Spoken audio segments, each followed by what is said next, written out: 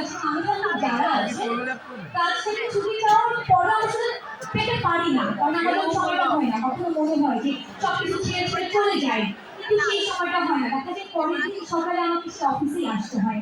আমাদের পিঠা পার্টি চলে, মেলা হয়, পোস্টার হয়, বসন্ত হয়, আমাদের এই প্রতিষ্ঠানটা জুড়েই হয়।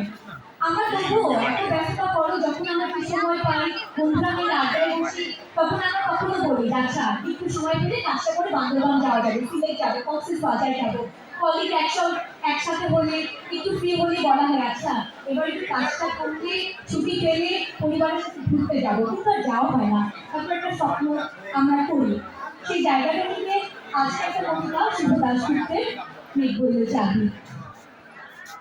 মেঘ বলল যাবি, অনেক দূরে গেরুয়া নদী, অনেক দূরে গহন শিবন, অনেক দূরে একটা পাহাড়, গেলেই দেখতে